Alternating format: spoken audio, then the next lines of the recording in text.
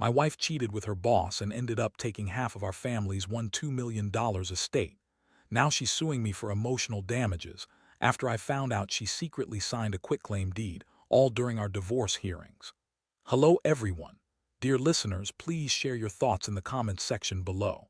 And don't forget to like, share, and subscribe. Now let's begin the video.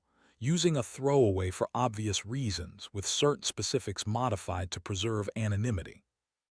I never thought I'd be the guy sitting here, writing about how my wife, Emily, turned out to be cheating on me with her boss, Robert. It's not just the affair that's messed me up. It's the fact that she managed to take half of our family's $2 million estate during all this chaos. And now she's even suing me for emotional damages.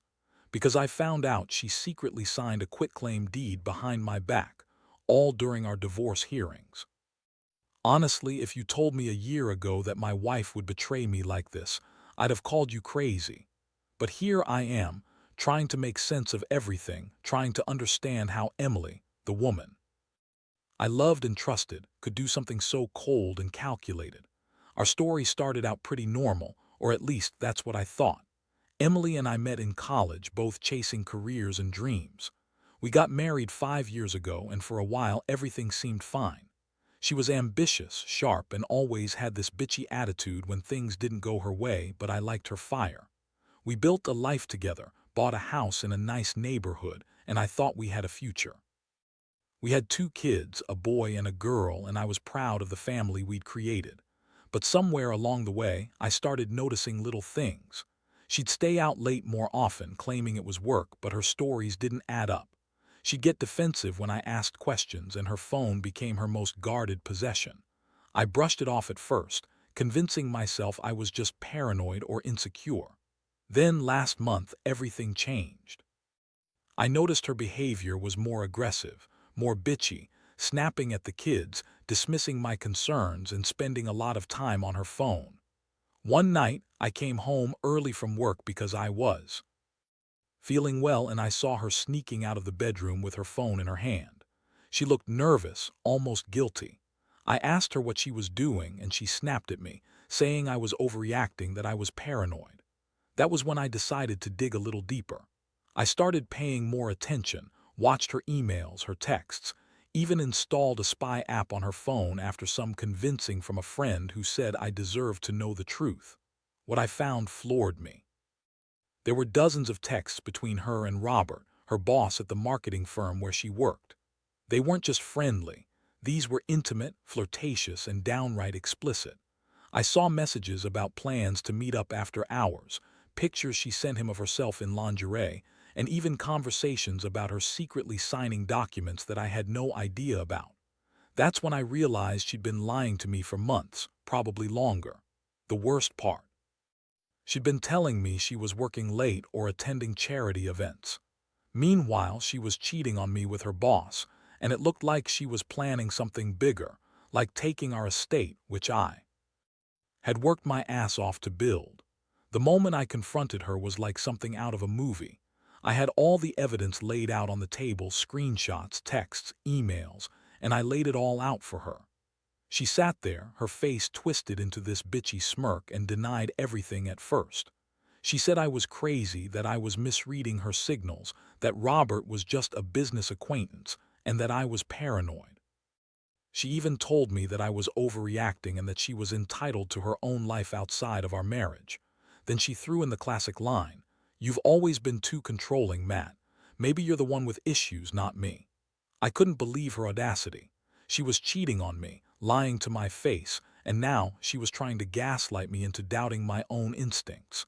That night, I felt like I'd been punched in the gut. The betrayal cut so deep I couldn't breathe. I kept asking myself how I missed all the signs, how I could have been so blind. I was furious but also devastated. I'd given her everything, my time, my love, my trust, and in return, she was screwing around with her boss and plotting to take half our estate. That's when I realized I couldn't just let this slide. I had to do something. I started thinking about how to fight back, how to protect what was mine, and how to make her pay for the pain she'd caused. I knew I'd need a plan, something smart, calculated, and ruthless enough to make her regret ever crossing me. But the thing is, I also felt hurt, really hurt. Because deep down, I still loved her, or at least I did until I saw her true colors. Now I'm left with this burning desire for justice and a sinking feeling that she's already planning her next move. I've got a lawyer now, and I'm digging into our finances, trying to figure out exactly how much she's taken and what she's planning to do next. The trust is gone, the love is gone, but I'm not backing down. Not this time.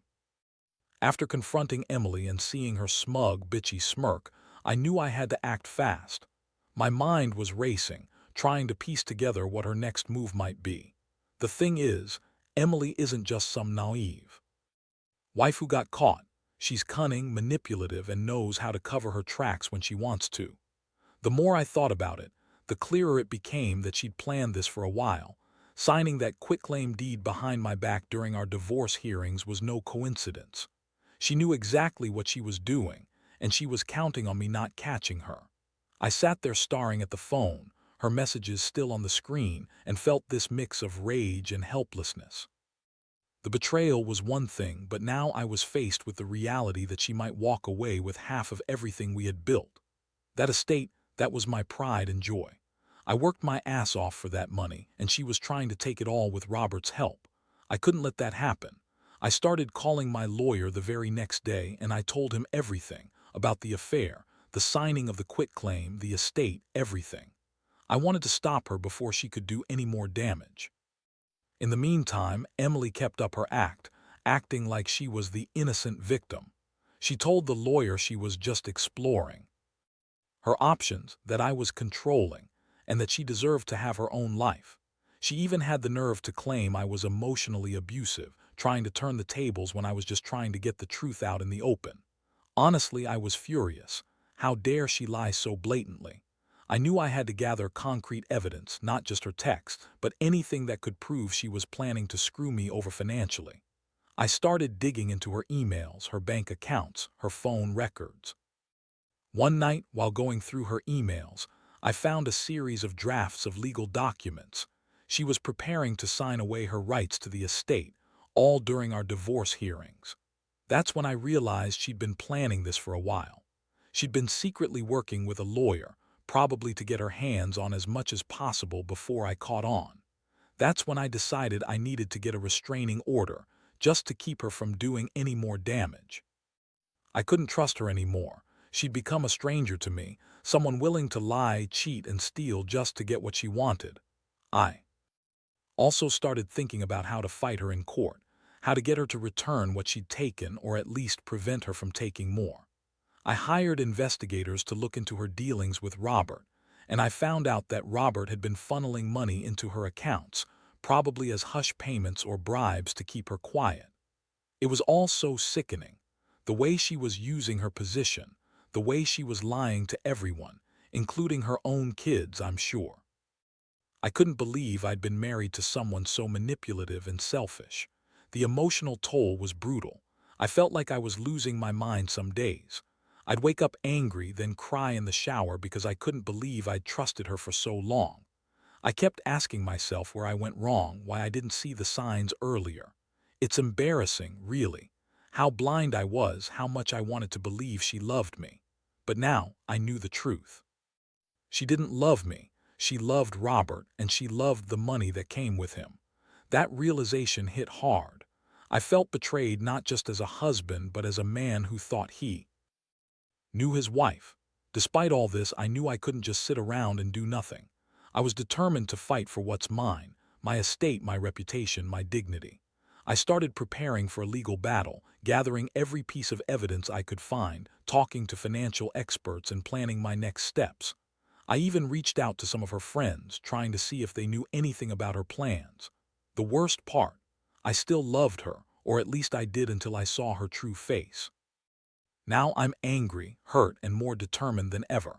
I want her to pay for what she's done, not just financially but emotionally.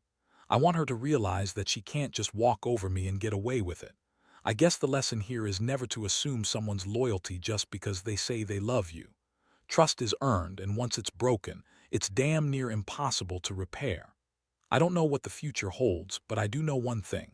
Emily's betrayal has changed me forever. I'll never trust her again, and I'll do everything in my power to make sure she regrets the day she crossed that line. This isn't just about money or the estate anymore. It's about standing up for myself and making sure she understands that she can't just manipulate her way out of this. I'll fight for what's rightfully mine, even if it means tearing everything down to do it. After I got everything out in the open and started putting my legal plan into motion, I realized just how deep Emily's betrayal went. She wasn't just cheating on me. She was actively trying to wipe me out financially. The emails, the drafts of legal documents, the hush money from Robert, everything pointed to a carefully orchestrated scheme to take half of our estate while I was blindsided by her bitchy attitude, her lies, and her manipulations. I knew I had to be smarter than her. Emily always played the victim, acting like I was the controlling, emotionally abusive husband, but I saw right through it now. She's the manipulator, the liar, the user. The fact that she signed that quitclaim deed secretly during our divorce hearings was the ultimate betrayal. That document handed her half of everything without me even knowing. I felt sick just thinking about how she managed to pull it off, sneaking around, lying to my face, and then turning around to sue me for emotional damages because I found out the truth. I started to piece together her entire game plan. She'd been planting seeds of doubt in my mind for months, making me question my own judgment, all while secretly working with lawyers, funneling money, and preparing to walk away with a fortune. It was like a slap in the face every time I thought about how I'd been so blind.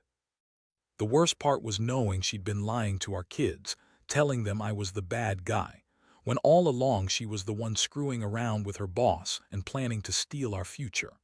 I remembered the day I found the emails. I was just trying to clear my head after a stressful week, and I decided to check her laptop, something I normally wouldn't do. I found a hidden folder filled with documents and drafts of legal papers. I saw her signature on a quitclaim deed dated during the divorce hearings. She'd been planning this for months. That's when I realized I had to act fast because she was probably trying to finalize everything. I called my lawyer immediately, and we started working on stopping her. We filed for a temporary restraining order to prevent her from transferring any more assets, and I hired private investigators to follow her movements. I also reached out to a forensic accountant to get a detailed report of her financial dealings, especially the money Robert was funneling into her accounts. It was shocking. She'd been receiving large sums of money, hush payments, probably in exchange for her silence. I couldn't believe I'd been married to someone so calculating, so willing to destroy everything we built just for some affair and a quick payday. Meanwhile, Emily kept up her act, crying, claiming she was the victim, that I was controlling and emotionally abusive, trying to turn everyone against me. She even hired her own lawyer, who was clearly in her corner, and started claiming that I was trying to ruin her reputation. But I had the evidence, and I wasn't going to let her get away with it. I knew I had to be strategic, not emotional. I had to play her game, but smarter. The emotional toll was overwhelming.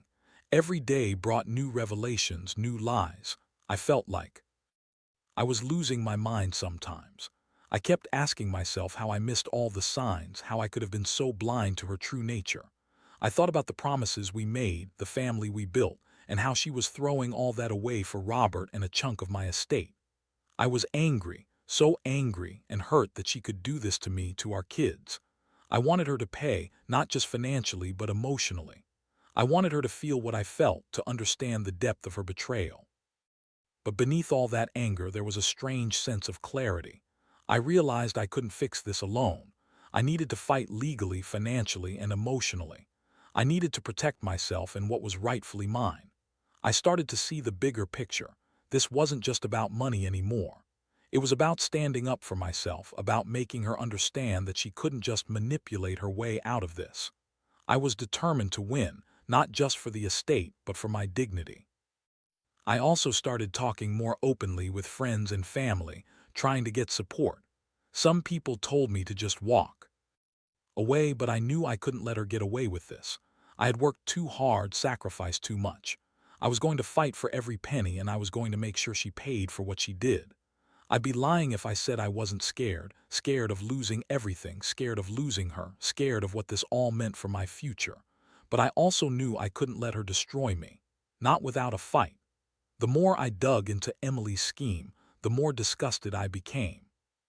She was a master manipulator, spinning her lies and trying to paint herself as the victim at every turn. I could see her now, bitchy and dismissive, throwing tantrums and pretending to cry just to sway the court or whoever was listening. But I wasn't buying her act anymore. I had the evidence, and I knew the truth. She'd been planning this for months, secretly signing documents, funneling money, and convincing everyone she was the innocent wife. The thing that made me furious was how she'd used her position at her firm, her relationship with Robert, and her own family to get what she wanted. I had my lawyer send a cease and desist letter to her, demanding she stop any further transfers of estate assets and to produce all documents related to the quitclaim deed.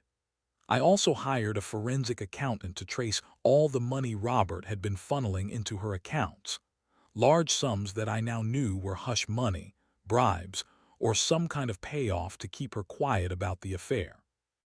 It was shocking how deep her betrayal went, and how she'd used her influence to try and steal our future while I was oblivious to it all. Meanwhile, Emily's reaction was classic.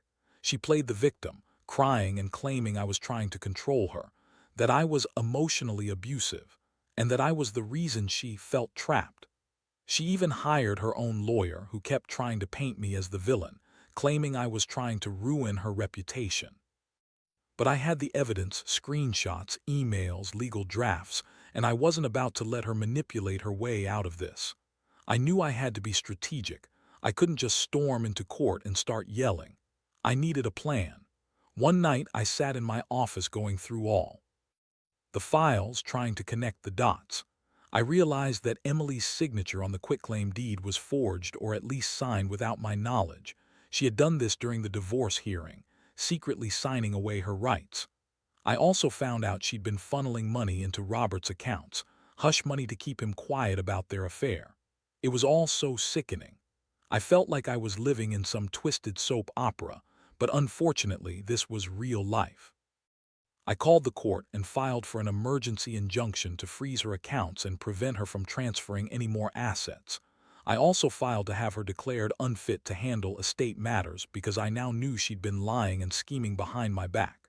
The court granted the injunction, and I felt a small sense of relief, but the anger still simmered underneath. How could she do this? How could she betray me, our kids, everything we built? I started to think about what I really wanted. Was I going to fight for the estate, or was I going to walk away? Honestly, I was torn. Part of me wanted to fight her in court and make her pay for her lies and manipulations, but another part just wanted to walk away, leave her with nothing and start fresh. The problem was she'd already taken so much, half of our estate, and now she was suing me for emotional damages. It was a mess, and I knew I had to be prepared for a long, ugly legal battle. Emotionally, I was a wreck. I'd wake up some mornings feeling numb, then get angry all over again. I kept replaying her words, her lies, her sneers. I kept asking myself how I'd missed all the signs. I thought I knew her, but she'd been hiding her true self all along. The betrayal felt like a punch to the stomach every time I remembered her smiling, acting like everything was fine, while secretly planning her escape with Robert and my money. But I also realized I couldn't change the past. All I could do was fight for what's left and protect myself and my kids. I started to reach out to support groups online, people who'd been through similar betrayals, and that helped me feel less alone. I knew I couldn't trust Emily anymore. She'd become a stranger to me. The woman I married, the one I loved, was gone. Now all that was left was the fight for my future and the hope that I could somehow come out of this intact. This entire experience has taught me a brutal lesson about trust and betrayal. Never assume someone's loyalty just because they say they love you. Trust is fragile, and once broken, it's nearly impossible to repair. I also learned that sometimes the best way to protect yourself is to be ruthless. Emily's scheme was complicated, but I was determined to outsmart her at her own game. I'm not backing down. I will fight for what's mine, for my kids, and for my dignity. Because at the end of the day, I refused to let her destroy me without a fight. The legal battle was draining, but I knew I couldn't back down now. Emily's schemes kept escalating, trying to paint me as the villain at every turn. She filed for custody of the kids, claiming I was unfit because I was emotionally unstable and controlling, all while trying to hide her own manipulations. I had to stay strong, gather even more evidence, and be strategic. Every day I was fighting against her lies, her bitchy attitude, and her relentless attempts to take everything I had worked for. I hired a top-notch attorney who specialized in high-net-worth divorce cases.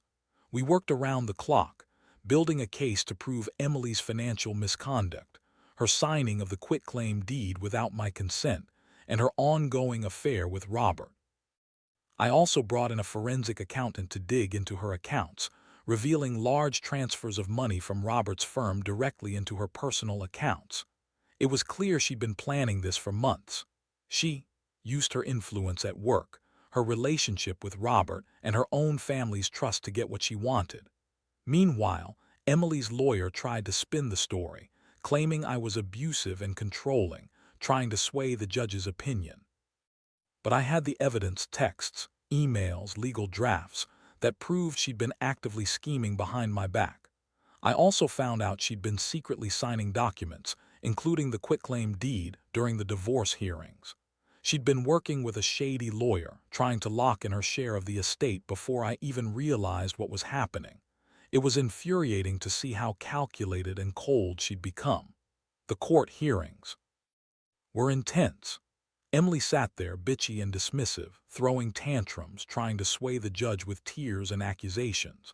I stayed quiet, letting my lawyer do the talking.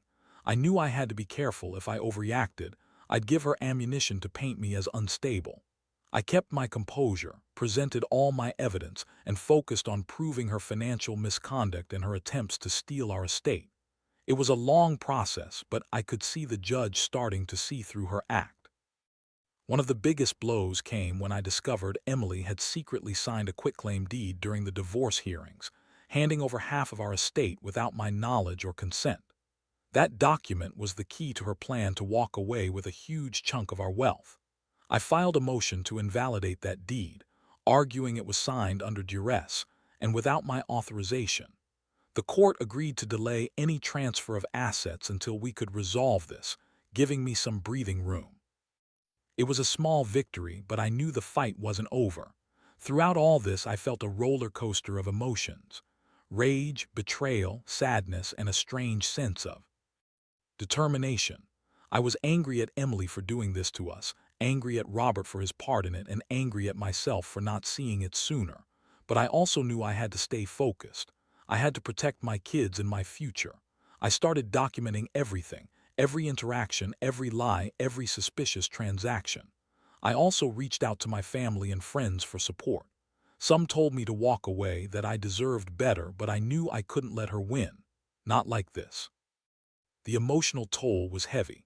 Sometimes I'd wake up in the middle of the night, feeling numb, wondering if I'd ever trust anyone again. I kept replaying everything, trying to find where I went wrong. The woman I married, the woman I loved, was gone, replaced by a schemer who'd betrayed me and our family for money and her own selfish desires. But amid all that pain, I also found a strange clarity. I realized I had to stand tall, fight for what's mine, and not let her destroy my life. This experience has changed me forever. It's made me more cautious, more guarded, but also more determined. I've learned that trust is fragile and betrayal can come from the people you least expect. I've learned that sometimes you have to fight dirty just to protect yourself. And I've learned that revenge isn't just about money. It's about making sure she knows she can't get away with this. I might be battered, but I refuse to be broken. I will see this through, no matter how long it takes. Because at the end of the day, I want her to realize that messing with me was a mistake she'll regret for the rest of her life. The final stretch of this nightmare has been the most brutal. After months of legal battles, discovery, and emotional upheaval, I finally got to stand in court and confront Emily face to face. She was still the bitchy, manipulative woman I'd known, acting like she was the victim, crying crocodile tears, trying to sway the judge with her sob stories. But I was ready. I had everything, every email, every bank transfer, every forged signature all laid out. The judge saw through her act pretty quickly. When the court finally ruled, it was a huge relief. They declared the quitclaim deed invalid because it was signed without my knowledge during the divorce proceedings. They also ordered her to return the half of our estate she'd already taken, and they froze her assets to prevent any further transfers. The judge called her manipulative, and I could see the disdain in her eyes as she realized she'd been caught.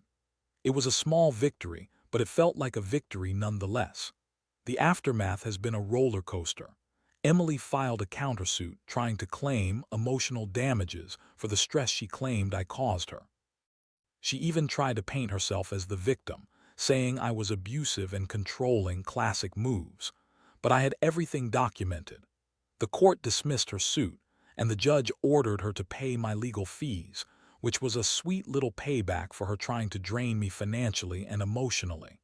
As for Emily, she's now trying to rebuild her life with Robert, who's probably regretting ever crossing me in the first place.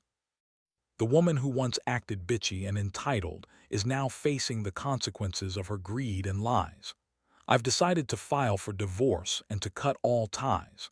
I finally see her for what she really is, nothing more than a selfish, manipulative user who thought she could use me and then walk away with my money. Looking back, I've learned a lot from this mess. Trust is fragile, and betrayal can come from the most unexpected places. I should have seen the signs earlier, but I was blinded by love and hope. Now I know better. I've become more cautious, more guarded, and definitely more wary of people who seem too good to be true. I've also learned that sometimes you have to fight dirty to protect what's yours, and that revenge isn't just about money, it's about restoring your dignity. Most importantly, I've realized that I'm stronger than I thought. This experience has broken parts of me, but it's also made me realize I can survive anything. I don't need Emily or Robert in my life anymore. I have my kids, I have my integrity, and I have the resolve to rebuild what's left. The pain will fade, but the lessons will stay with me forever. I'll never let someone like her get that close again, and I'll always remember that standing up for yourself is the only way to truly move forward. That's the end of my story. It's been a long, messy ride, but I finally feel like I've taken back control of my life. And honestly, that feels pretty damn good.